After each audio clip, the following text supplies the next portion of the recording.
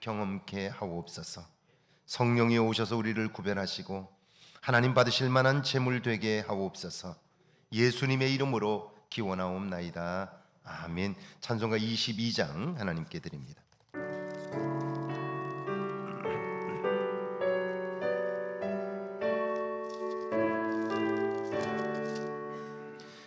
만유의 주 앞에 감사를 드리고 다 경배하면서 찬송을 부르세. 내 맘 열어 한 소리로 기뻐 주를 찬양하라. 영원한 그 나라 주 다스리시니 생명의 열쇠는 주님의 것이라. 내 맘 열어 한 소리로 기뻐 주를 찬양하라. 죄짐을 벗으는 주 앞에 가리니 마음에 영원한 기쁨이 넘친다. 내 맘 열어 한 소리로 기뻐 주를 찬양하라. 잠소망 가지고 그날을 기리며 주 다시 오실 때 기쁘게 맞으리. 내 맘 열어 한 소리로 기뻐 주를 찬양하라.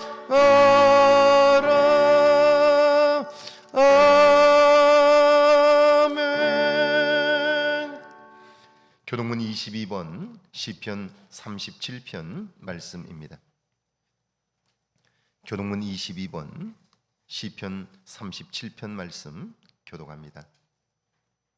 악을 행하는 자들 때문에 불평하지 말며 불의를 행하는 자들을 시기하지 말지어다.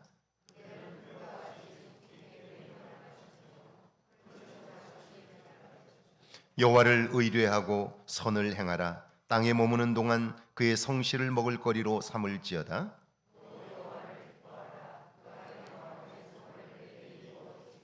내 길을 여호와께 맡기라. 그를 의지하면 그가 이루시고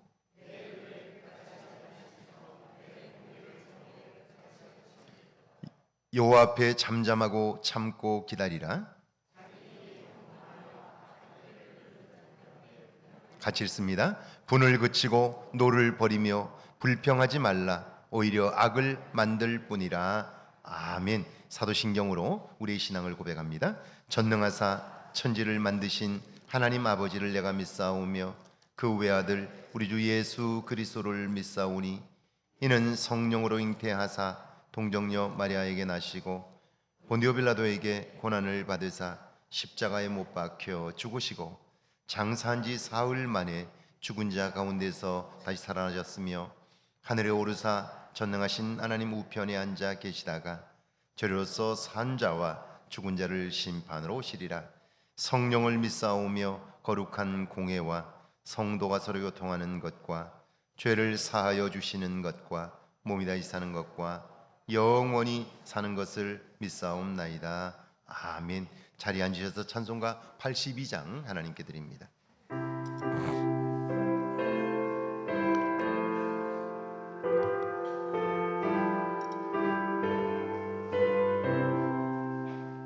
성부의 어린 양이 죄 지고 가시니 내 몸에 당한 영벌 다 대신하셨네. 내 죄가 추악하나 그 피로 씻으면 눈같이 이게 되어 티 하나 없으리. 내 죄를 회개할 때 용서해 주시고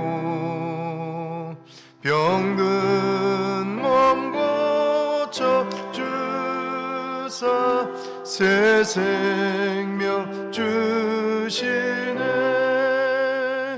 내 속에 쌓인 그 심 한없이 그것만 주 친히 벗겨주사 위로해 주시네.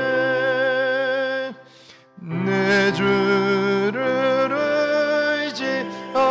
의지하니 내 마음이 편하고 주 나를 붙드시니 내 앞길 환하다.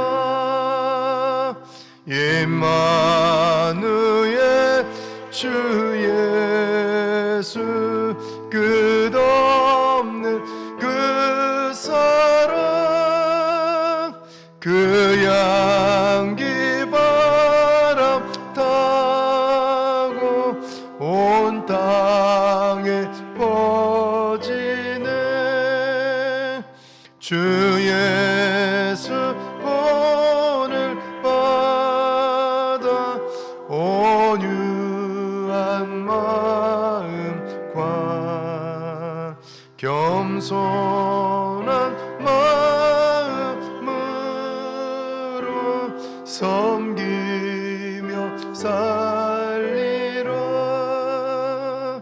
나 주의 뒤를 따라 저 천국 이르러 천사의 노래 따라 주 찬송하리라.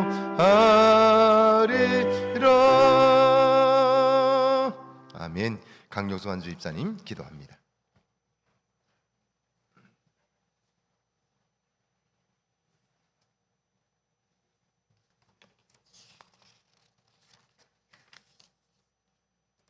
거룩하신 하나님 아버지, 복된 주님의 날 영광과 찬송과 존귀와 감사를 드리나이다. 평안과 희망으로 저희를 축복해 주시기를 이 시간 간구합니다.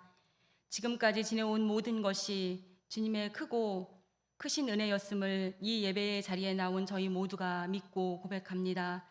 또한 앞으로의 삶도 주님께서 지켜주실 것을 확신하오니 저희 모두의 발걸음이 하나님께로만 향하게 하옵소서. 용서의 하나님, 한 주간 세상 속에서 저희는 하나님의 자녀라는 것을 잠시 잊고 행동과 생각으로 범죄하였음을 이 시간 고백합니다. 늘 우리의 욕심과 세속적인 관점을 버리지 못하고 살아가는 허물 많은 저희들을 주님의 손길로 깨끗하게 씻어 주시옵소서. 그리하여 깨끗함을 얻고 주님의 자녀로서 정결하고 거룩한 삶을 살아갈 수 있도록 하나님 은혜 내려 주시옵소서. 하나님, 2023년도 2월이라는 시간 속에 저희들 살고 있습니다. 올 한 해는 신앙등에 속한 믿음의 권속들이 한층 더 성숙할 수 있는 한 해가 되게 하여 주시옵소서. 교회와 세상 모든 삶 속에서 겸손과 배려, 용서와 사랑으로 아름답게 살아가는 저희 신앙등의 모든 가족들이 될 수 있도록 함께하여 주시옵소서. 너 때문에가 아니라 당신 덕분에 감사합니다, 행복했습니다 고백하는 저희 신앙등의 성도들이 다 되게 도와주시옵소서. 하나님, 특별히 기도하옵기는 튀르키예 시리아의 지진으로 인하여 너무나 많은 사람들이 소중한 목숨을 잃고 고통 속에 있습니다. 구조 인력들에게 힘을 더하여 주셔서 마지막 한 명의 생존자까지도 온전히 구출할 수 있도록 역사하여 주시옵시고, 세계가 한 마음으로 힘을 모으는 지금 저희들도 하나하나 정성이 보태지게 하옵소서. 삶의 도전이 무너지고 가족을 잃은 상처로 인하여 망연자실한 사람들에게 다시 회복할 수 있는 계기가 되게 하시고, 절망 가운데 소망이 되시는 예수 그리스도를 만나 슬픔이 하루빨리 걷어지게 하옵소서. 교회 학교의 겨울 행사에 함께하여 주셔서 우리의 미래 세대들이 예수 그리스도를 인격적으로 만나 그 경험을 가슴 깊이 새겨서 흔들리지 않는 견고한 믿음으로 자라날 수 있도록 축복하여 주시옵소서. 하나님, 이 시간 말씀을 들고 단위에 서신 담임 목사님께 힘을 주셔서 영육간에 강건하게 하시고, 그 말씀을 선포하실 때마다 저희 성도님들의 심령에 울림이 있게 하시고, 그 말씀을 통하여 주님의 음성을 듣게 하여 주시옵소서. 주님의 말씀이 우리의 삶의 지표가 되게 하시고, 그 인도하심에 순종하는 저희 모두가 되게 하여 주시옵소서. 오늘도 이 예배를 통하여 저희를 새롭게 하실 줄로 믿으며 우리 주 예수 그리스도의 이름으로 감사하며 기도하옵나이다. 아멘.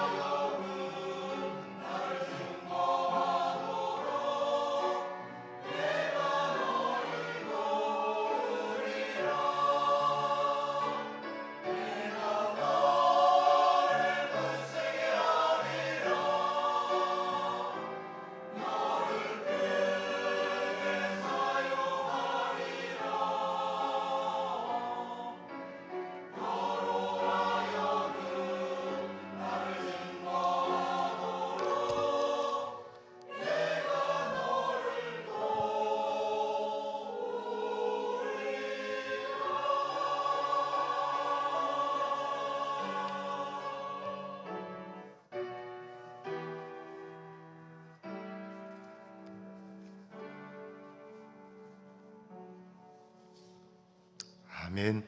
우리 자자라 중창단입니다. 경례 박사입니다. 고맙습니다.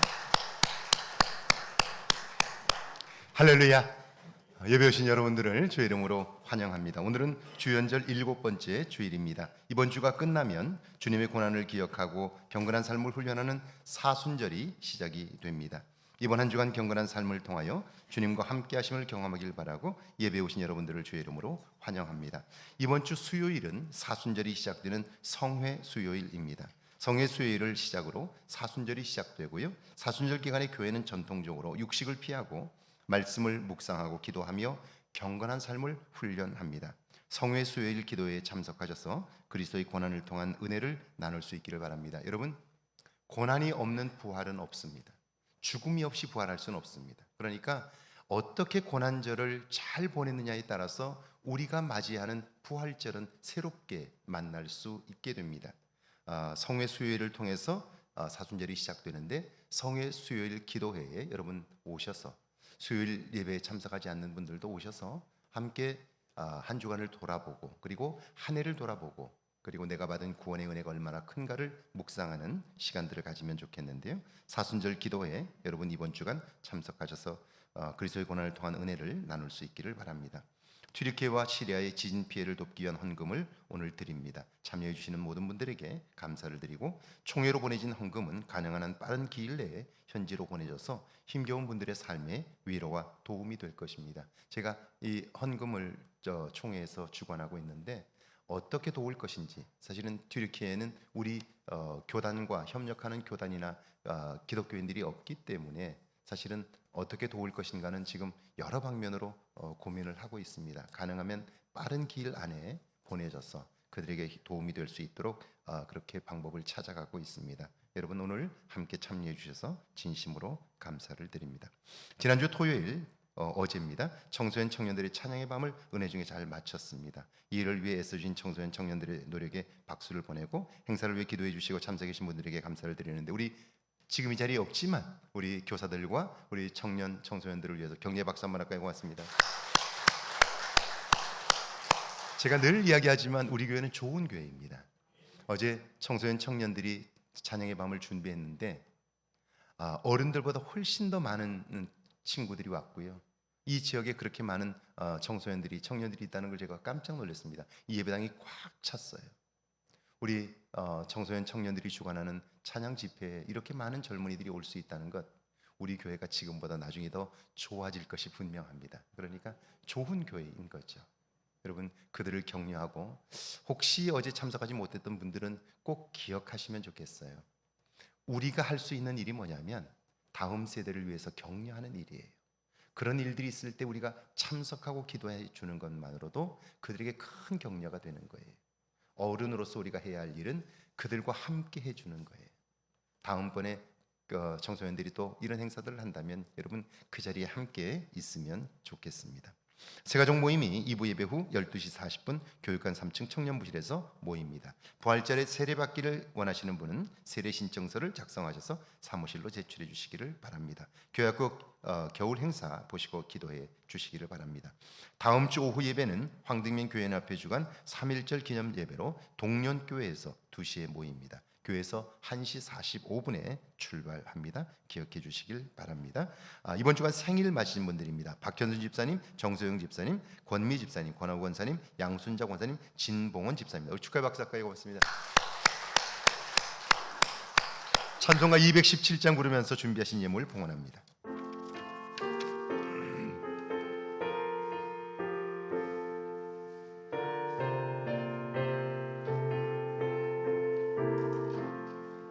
하나님이 말씀하시기를 내 마음을 나에게 바치어라. 너 어디 있든지 날 섬기며 기쁘게 날 항상 의지하라. 바치어라 내 마음을 주께서 나에게 이르시네. 깜깜한 죄에서 불러내신 주께서 늘 인도하시리라. 구주께서 말씀하시기를 내 마음을 나에게 다 바치고 사악한 죄에서 벗어나며 나 어찌 널 구원하겠느냐. 바치어라 내 마음을 주께서 나에게 이르시네. 깜깜한 죄에서 불러내신 주께서 늘 인도하시리라. 성령께서 말씀하시기를 나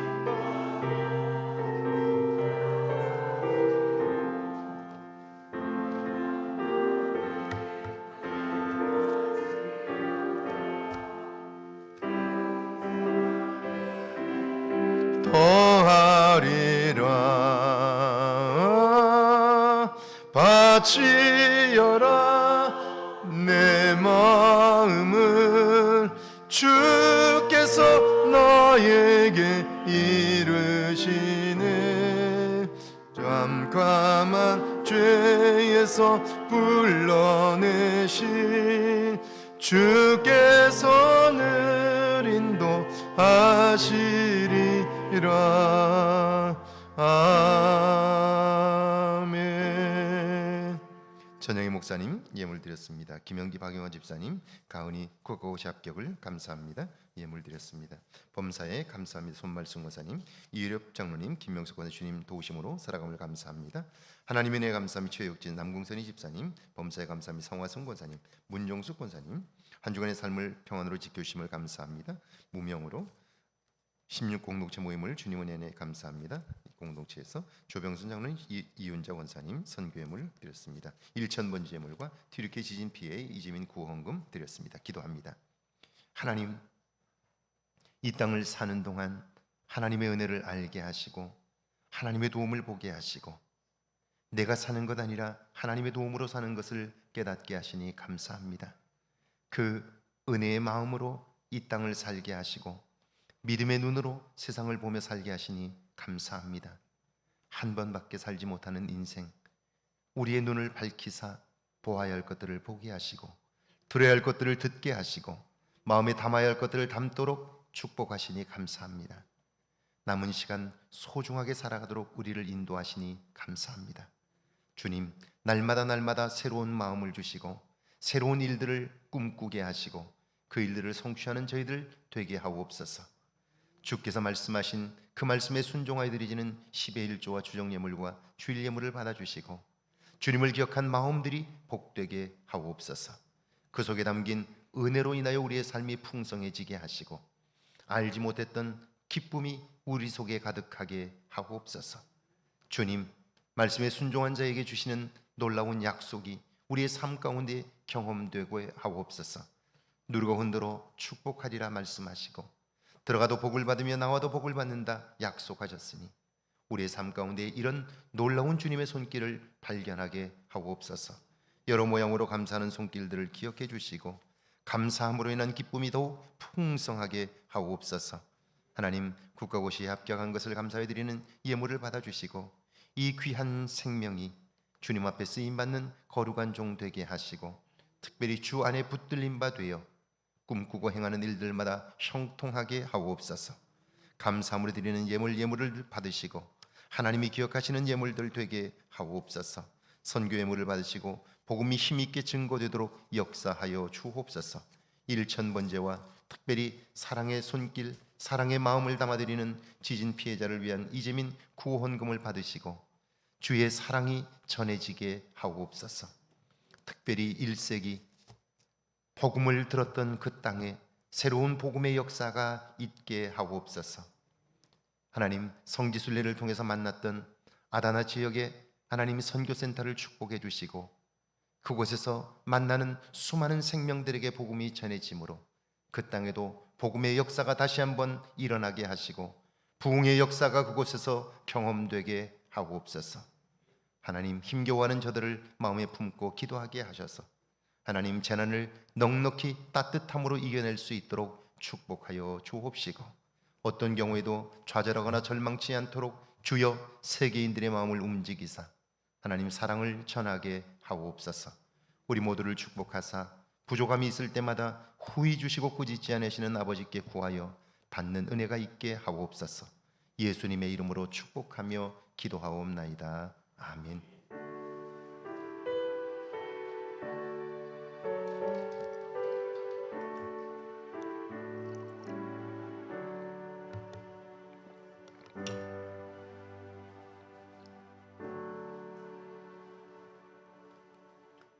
오늘 저에게 주시는 하나님의 말씀은 신약성경 에베소서 4장 7절에서 12절까지 말씀, 구약성경 열왕기상 17장 17절에서 24절까지 말씀입니다. 먼저 에베소서 4장 7절에서 12절까지 말씀입니다. 우리 한 목소리로 함께 봉독합니다. 에베소서 4장 7절에서 12절까지 말씀입니다. 함께 봉독합니다. 우리 각 사람에게 그리스도의 선물의 분량대로 은혜를 주셨나니 그러므로 이르기를 그가 위로 올라가실 때에 사로잡혔던 자들을 사로잡으시고 사람들에게 선물을 주셨다 하였도다. 올라가셨다 하였은즉 땅 아래 낮은 곳으로 내려가셨던 것이 아니면 무엇이랴. 내리셨던 그가 곧 모든 하늘 위에 오르신 자니 이는 만물을 충만하게 하려 하심이라. 그가 어떤 사람은 사도로 어떤 사람은 선지자로 어떤 사람은 복음 전하는 자로 어떤 사람은 목사와 교사로 삼으셨으니 이는 성도를 온전하게 하여 봉사의 일을 하게 하며 그리스도의 몸을 세우려 하심이라. 아멘. 구약성경 열왕기상 17장 17절에서 24절까지 말씀입니다.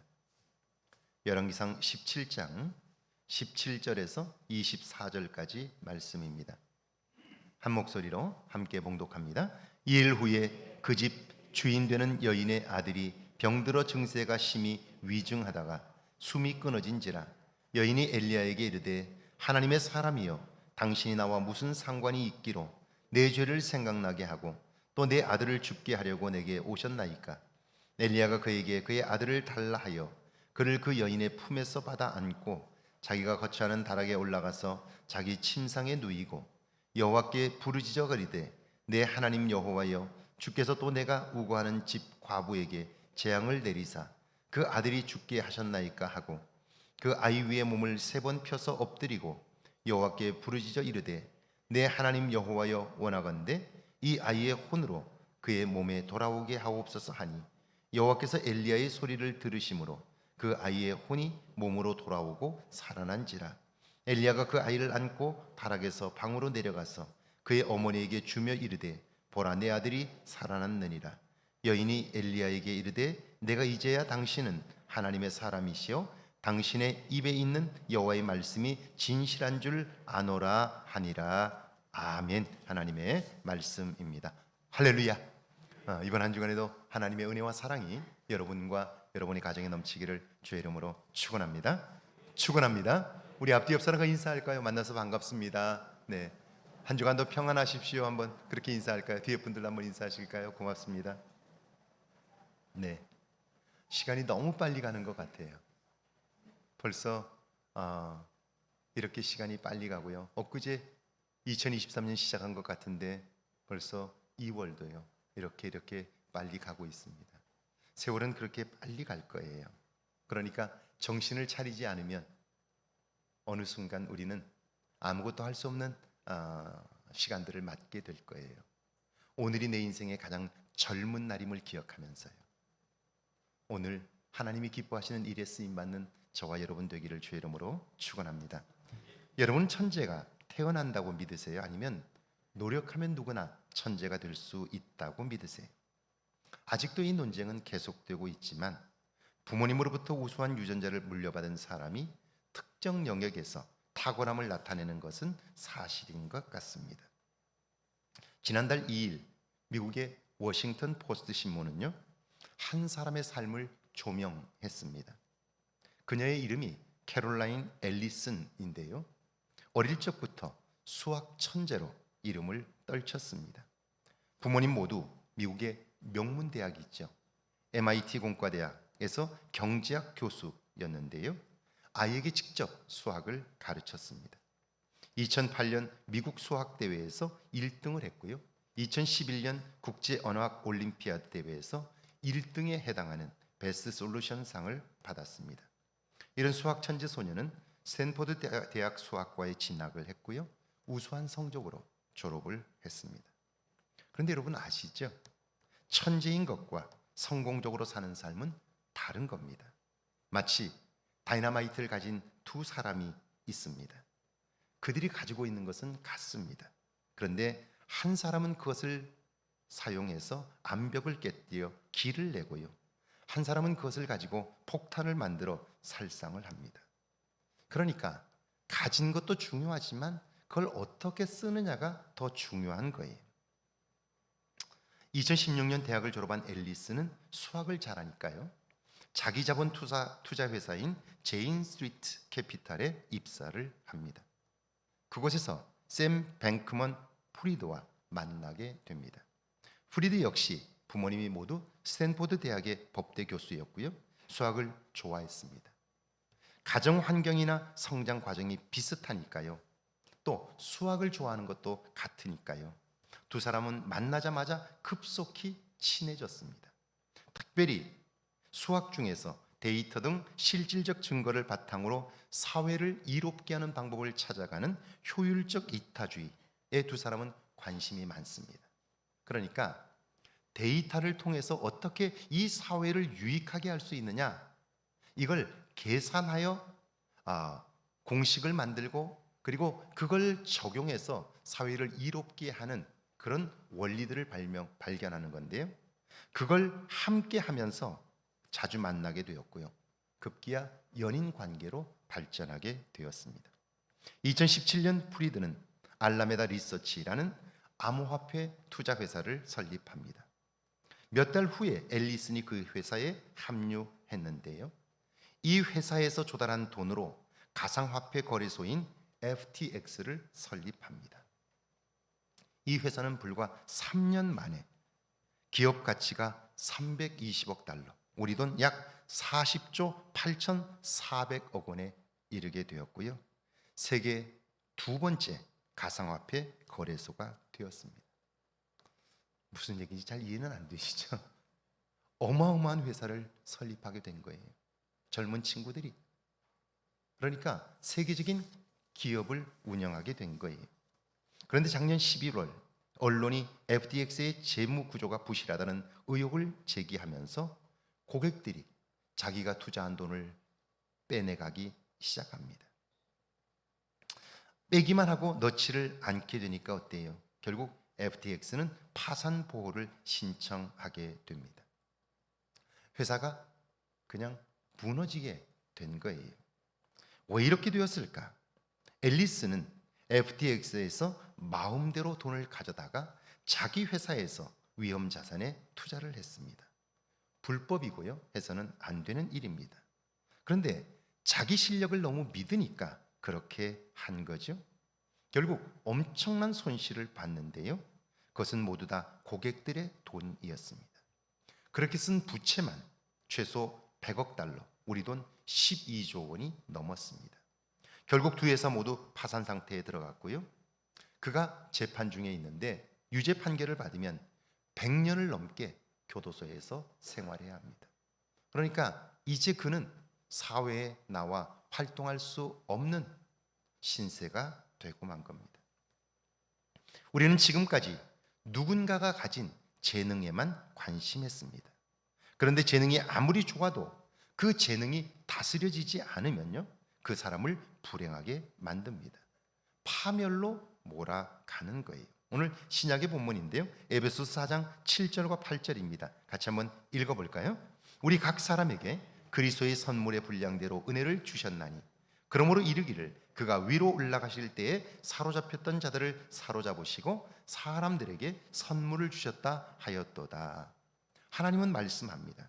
우리 각 사람에게 그리스도의 선물의 분량대로 은혜를 주셨나니, 이 말씀을 풀어서 설명하면요, 하나님께서는 우리 한 사람 한 사람에게 은혜를 주시는데, 은혜란 기쁨입니다.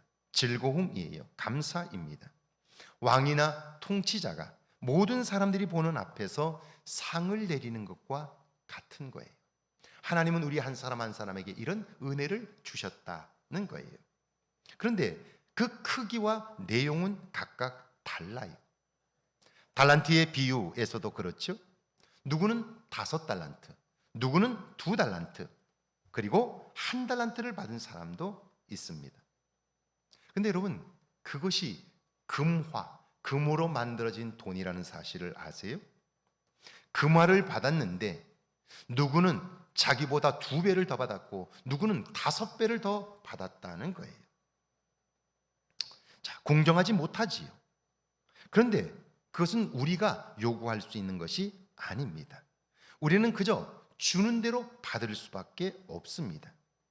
그렇다면 이것은 차별 아닙니까? 그러니까 우리 스스로가 1달란트를 받았다고 생각한다면 이건 정말 하나님이 공정하지 못한 거예요. 차별하시는 거예요. 그러니까 받아들이기가 어려울 거예요. 사람들은 그렇게 생각하는데요. 그래서 열등감을 가지고 부모님을 원망하고 하나님을 비난하기도 하는데요. 그 다음 구절을 보면 이렇게 되어 있습니다. 그러므로 이르기를 그가 위로 올라가실 때에 사로잡혔던 자들을 사로잡으시고 사람들에게 선물을 주셨다 하였도다. 그래요. 이게 무슨 말씀이냐면요, 부활하실 때에 예수님은 사로잡혔던 자들, 이들은 공중 권세를 잡은 자들입니다. 마귀와 사탄이라고 부르는 존재들이에요. 이들이 끊임없이 우리를 속입니다. 오해하게 만들고 비교하게 만들어 분쟁과 갈등을 일으키는 거예요. 예수님은 승천하시면서 그들을 사로잡아 더 이상 우리에게 접근하지 못하게 하셨다 하는 거예요. 그걸 알고 그 일을 행하신 예수님의 시선으로 나를 보면, 그리고 하나님께서 내게 주신 은사를 보면요, 생각이 달라집니다. 여러분, 혹시 퍼즐을 맞춰보신 적이 있으신가요? 퍼즐은요, 큰 것도 있고 작은 것도 있습니다. 그림을 표현할 때 보면 얼굴 부분, 중요한 부분도 있고요. 그리고 배경, 덜 중요하다고 여길 수 있는 부분들도 있습니다. 그런데 퍼즐은요, 작든지 크든지, 그림이 선명하든지 선명하지 않든지 그것은 중요하지 않습니다. 한 조각이라도 다 중요해요. 다 맞췄는데 작은 조각 하나가 빠져 있으면, 그러면 그 퍼즐은요, 사실은 완성되지 못한 거예요. 여러분, 이 교육관 복도에도 퍼즐을 맞춰놓은 것들이 있어요. 예수님의 모습도 있고요.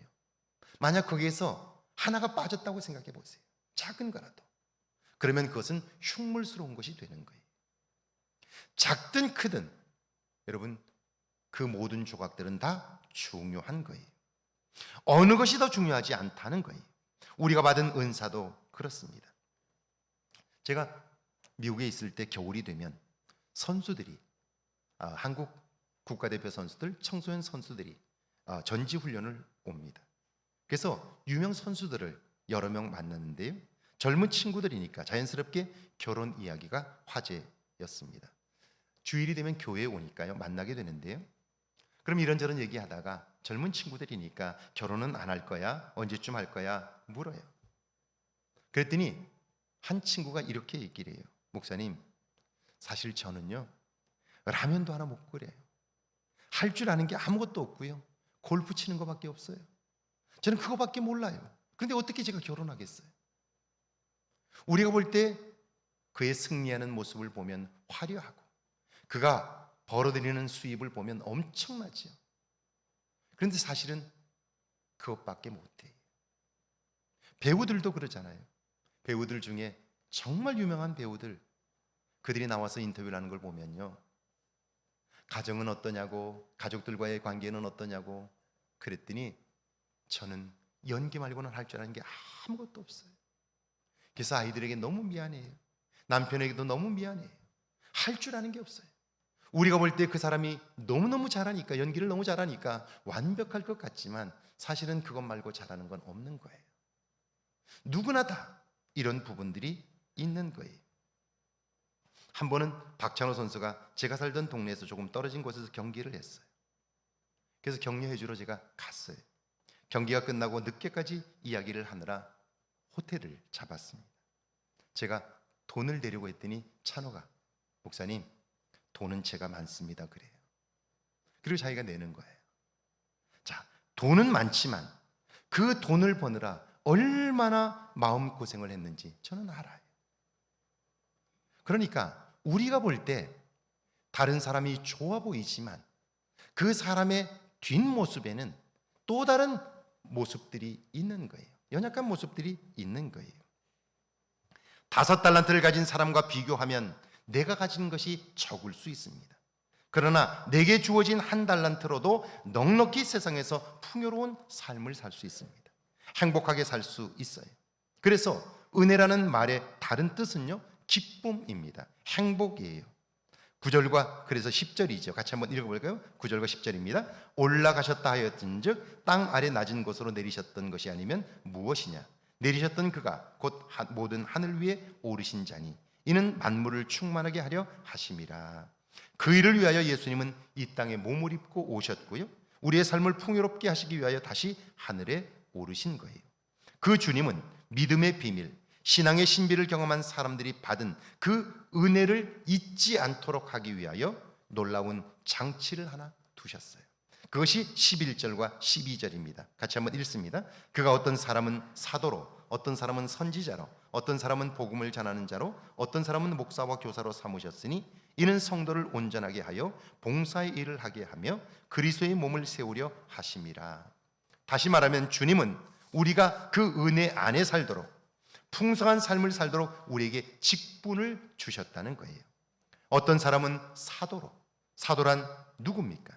보내심을 받은 사람이 있죠. 뭘 하라고요? 하나님의 백성들을 섬기고 위로하라고 세우셨어요. 어떤 사람은 선지자로 부르셨습니다. 선지자란 지금 하나님의 마음과 계획을 알리는 사람이에요. 그래서 사람들이 하나님의 뜻대로 살 수 있는 거죠. 그뿐 아니라 복음 전하는 자로 세우셨고요, 목사와 교사, 가르치는 자로 부르셨습니다. 오늘로 말하면 집사와 안수집사와 권사와 장로와 목사로 부르신 거예요. 놀라운 것은 이런 직분에 충성하고 헌신하면서 성도는요, 젊게 살 수 있습니다. 건강하게 살아요. 능력 있고 기쁨 가득한 삶을 사는 거예요. 여러분, 우리는 지금까지 살면서 내가 쌓아온 경험 안에서 살 수밖에 없어요.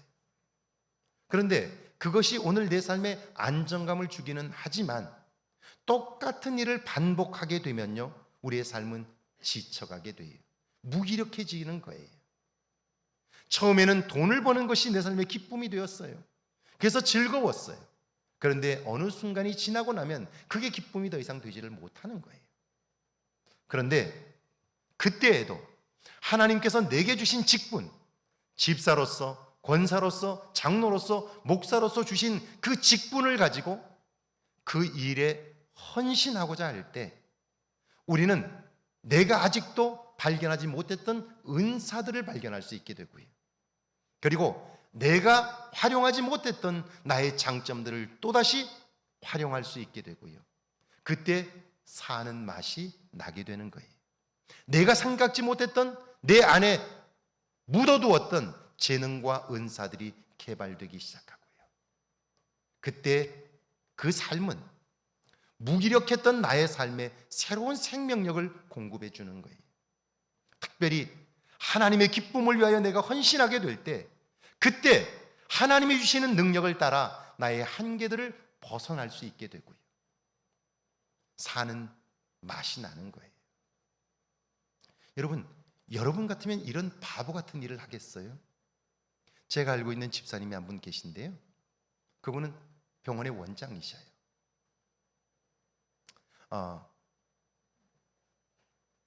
한 달에 그분이 가져가는 수입이 수천만 원입니다. 그런데 1년에 2달씩을 다른 의사들에게 맡겨두고 저 캄보디아로, 저 베트남 가장 시골 동네로 들어가서 2달 동안 이 심장병 환자들, 그 환자들을 수술해줘요. 그가 수술하는 그 동네는 정말 환경이 열악해요. 밤에는 전기가 다 나가서 깜깜해요. 어디 편의점 하나 없어요. 그런데 1년에 2달씩을 거기 가서 정말 목이 뜯겨가면서 그렇게 생활을 해요. 수입이 당연히 줄잖아요. 고생은 고생대로 해요. 거기다가 가서 수술만 하는 게 아니고 자기가 심장병 수술하는데 보통 한 1,500만 원 정도 드는데 자기가 3명, 5명, 10명 치료하는 비용까지를 대고 가요. 돈을 버는 게 아니라 돈을 쓰는 거예요. 그리고 고생해요. 그런 바보짓을 왜 하죠? 그런데 그분은 이렇게 말해요. 2달을 가서 그렇게 봉사를 하고 오면 남은 10달 동안 힘있게 살 수 있는 새 힘을 공급받는다는 거예요. 사는 맛이 나고요. 그리고 지치지 않고 기쁘게 그 일을 할 수 있다는 거예요. 자, 우리가 살아가면서 직분을 받았지만 그 직분을 잘 감당해 보려고 노력하면 우리가 묻어두었던 재능들을 개발할 수 있어요. 그리고 하나님이 도우시는 것을 경험할 수 있어요. 그런데 우리는 그걸 밀쳐둬요. 집사라는 이름은 있으나 집사로서의 역할을 감당하지 않아요.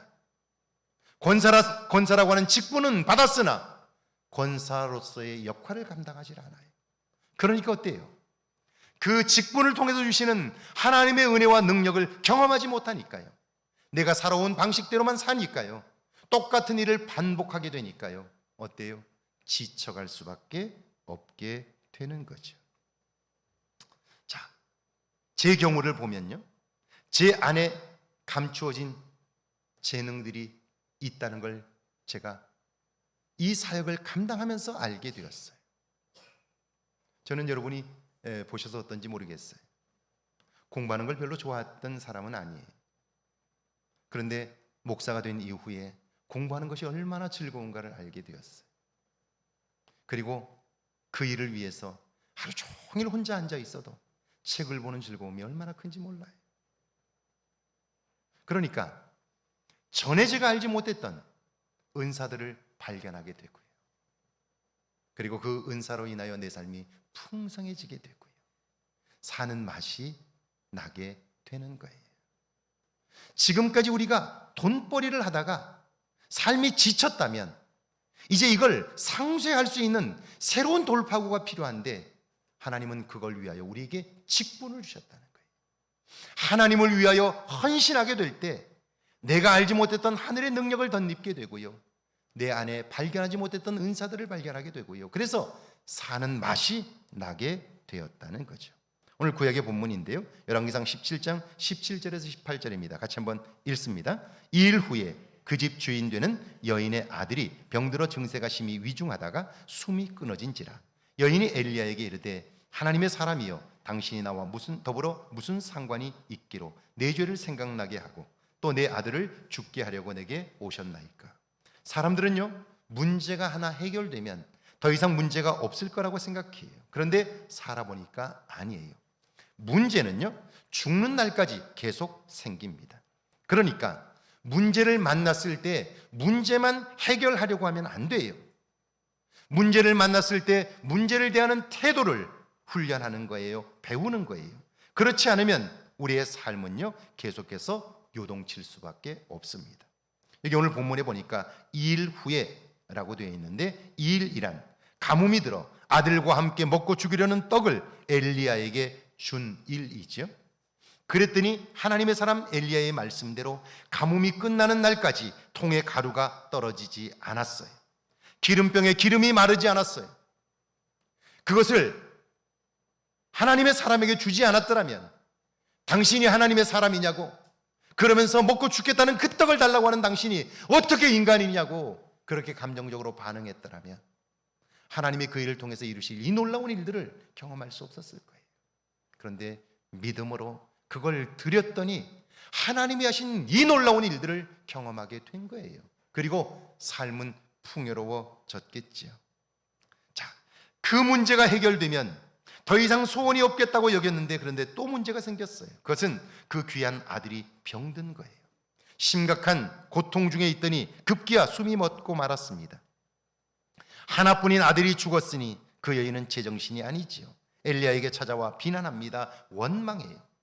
최선을 다해서 대접했는데 결과가 이런 겁니까? 내 아들이 아플 때 당신은 도대체 뭐 했습니까? 그러면서도 당신이 하나님의 사람입니까? 원망을 하는 거예요. 여러분, 엘리야가 그 아들을 죽였습니까? 엘리야가 뭘 잘못했는데 비난을 하는 겁니까? 잘못한 것 없습니다. 그래도 원망을 듣고 비난을 받습니다. 왜요? 그가 하나님의 사람이기 때문입니다. 직분을 받은 우리들은 세상에서 자주 욕을 먹습니다. 우리가 잘못해서가 아니고요, 사람들의 삶이 너무 힘들기 때문입니다.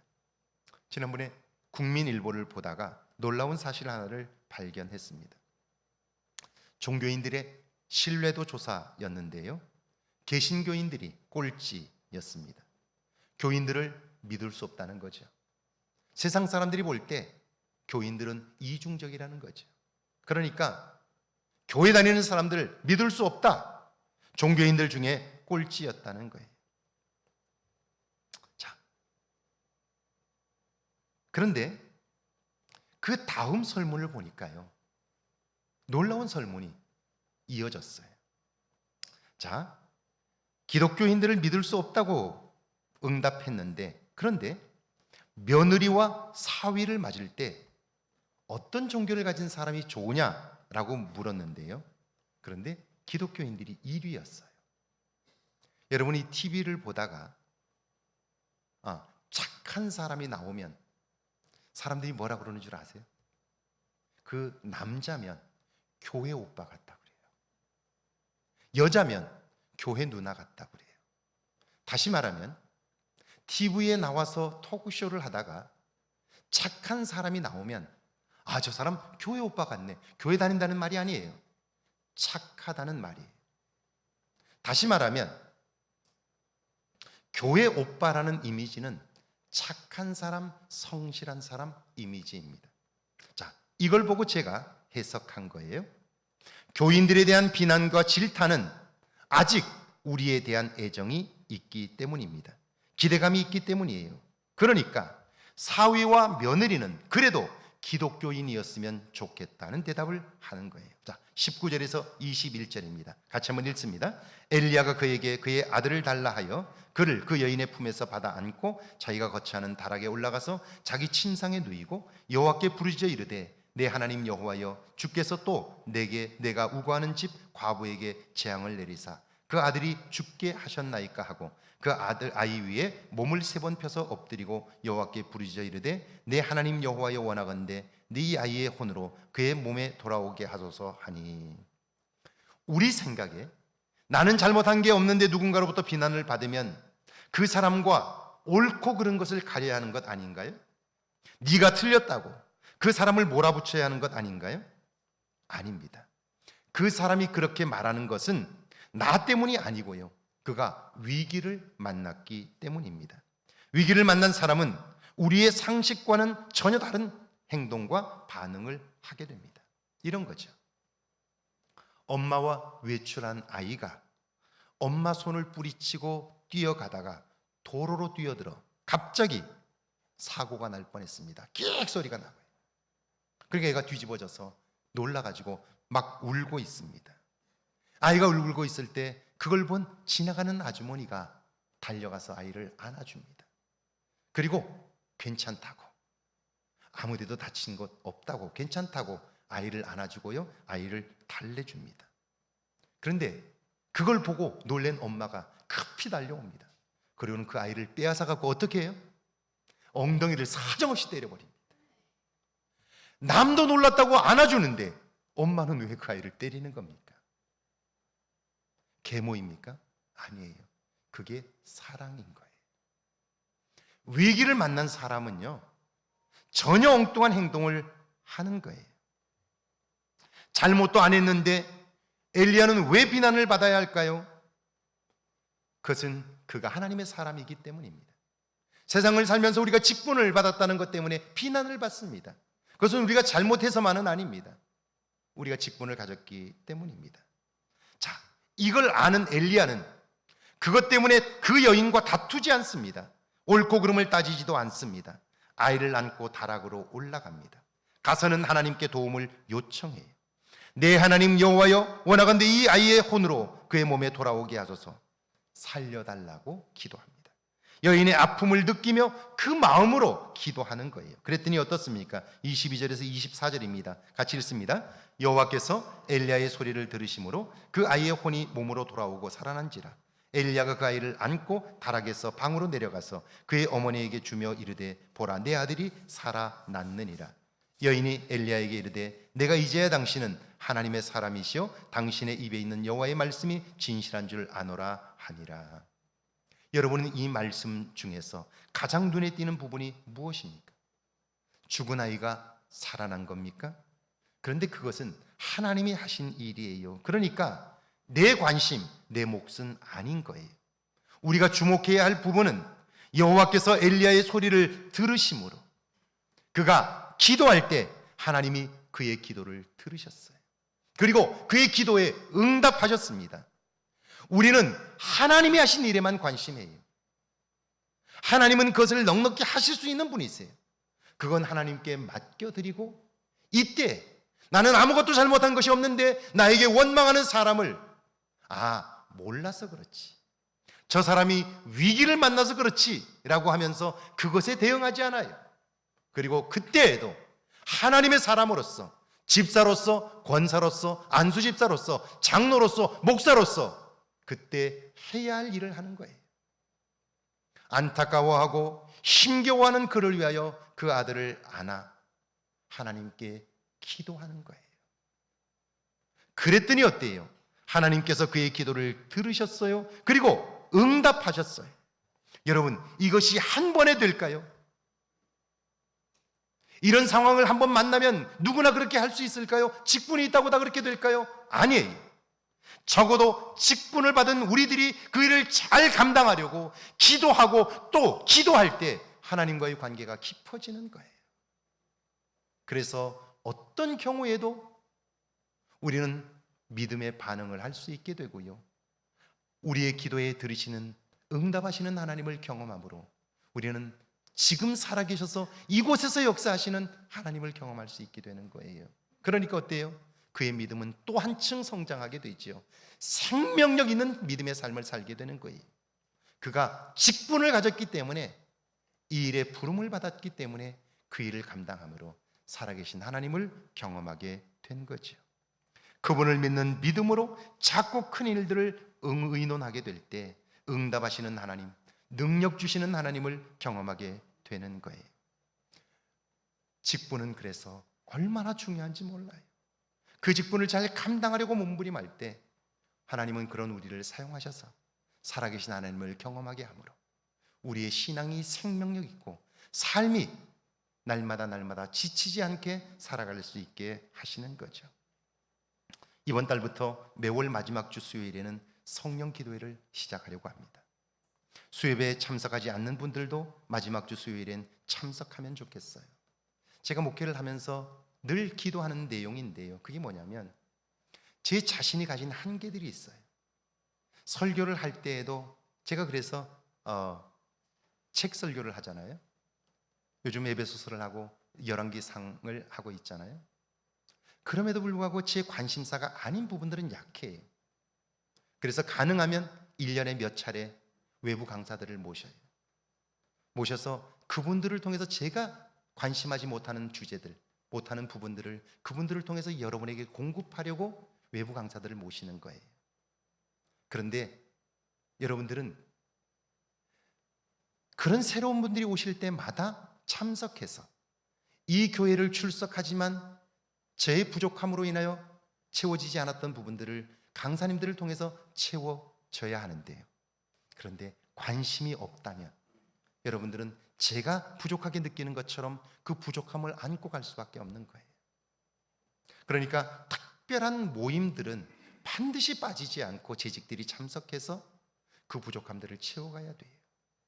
이번 주에 있을 성회 수요일 회개의 기도를 드려요. 그리고 이번 사순절 기간 동안을 어떻게 지낼 것인가 너무너무 중요한 거예요. 수요예배에 나오지 않았던 분들도 이때에는, 특별한 절기 때에는 와서 다시 한번 나를 돌아보고 하나님 주시는 은혜를 사모하는 일이 얼마나 중요한지 몰라요. 그리고 수요일에 나오지 못했다 할지라도 한 달에 한 번 마지막 주에 있을 성령 기도에 나와서 뜨겁게 기도하고 기도를 통하여 하나님과 친밀해지고, 그래서 어떤 문제를 만나도 감정적으로 반응하는 것이 아니라 하나님의 도움을 구하여 살아계신 하나님을 내 삶에서 경험하게 될 때, 그때 우리의 삶은 생명력이 있게 되는 거죠. 직분, 그것은 그리스도인의 또 다른 이름입니다. 그리고 축복입니다. 그 직분을 잘 감당하려고 할 때 그 직분은 하나님을 경험하게 되는 능력인 거예요. 여러분에게 이런 은혜가 있기를 주의 이름으로 축원합니다. 우리 찬양하고 우리 함께 기도합니다. 우리 박수 찬양할까요? 나 자신을 축복합니다. 옆 사람을 축복합니다. 너는 담장 너머로 뻗은 나무, 가지에 푸른 열매처럼 하나님의 귀한 축복이 삶에 가득히 넘쳐날 거야. 너는 어떤 시련이 와도 능히 이겨내 강한 발이 있어. 전능하신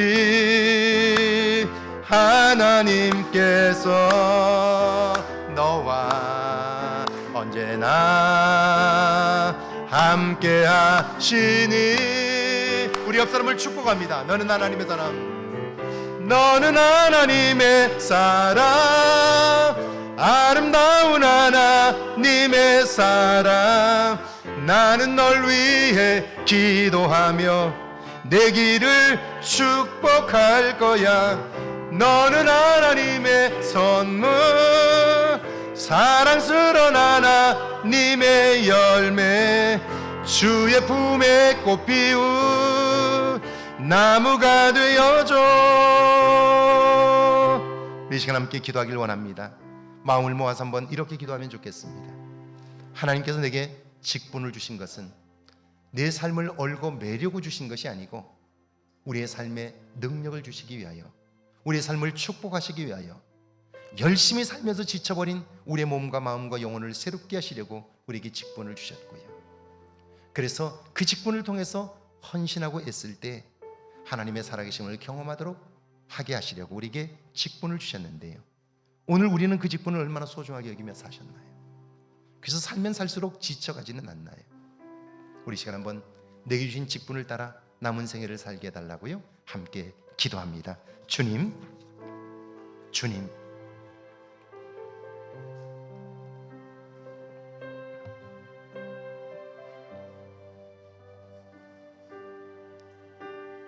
주님, 주님, 주님, 직분은 받았으나 직분을 마치 액세서리처럼 여기며 구별되지 못한 삶을 살고 있음을 고백하노니, 이제는 내게 주신 분이, 내게 직분을 주신 분이 하나님임을 기억하게 하시고, 이제는 그 직분을 잘 감당해 보려고 관심하게 하시고, 하나님 그 직분을 따라 살아볼 수 있도록 도와주옵소서. 그 직분에 충성하기 위하여 기도하게 하시고, 하나님 아버지, 참으로 그걸 붙들고 하나님께 매달려 기도함으로 하나님 그때에 주시는 은혜를 보게 하옵소서. 하나님, 우리를 부르셔서 충성되이 여기셨으니 이제 그 직분을 잘 감당하기 위하여 애쓰고 힘쓰게 하셔서 그런 나를 통하여 영광을 받으시는 하나님을 경험하도록 도와주옵소서. 우리 한 사람 한 사람이 이제는 하늘의 능력을 덧입어 살게 하시고 그 직분을 따라 헌신함으로 살아계신 하나님을 경험하도록 은혜를 베풀어 주옵소서. 주님이 도우시고 함께 하사 하나님 우리를 통해 행하시는 하나님의 일들을 보게 하옵소서. 이번 한 주간 이제 내가 내 직분에 맞게 살아보게 하시고 하나님 기도하라고 부르신 내 직분을 따라 기도하게 하시고 내 주변에 있는 사람들을 위하여 기도하게 하시고 판단을 멈추게 하시고 그의 협력자가 되어 함께 어려운 시기를 살아가도록 은혜를 베풀어 주옵소서. 주님, 이렇게 소중한 분들을 주 안에서 만나게 하시고 믿음 안에 한 가족이 되게 하신 것 감사합니다. 특별히 우리에게 직분을 주시고 그 일을 잘 감당하도록 은혜를 부어주시니 감사합니다. 이제 내게 주신 직분을 따라 살게 하셔서 그때 내 기도를 들으시고 응답하시는 하나님으로 인하여 내 삶의 새로운 변화가 경험되게 하옵소서.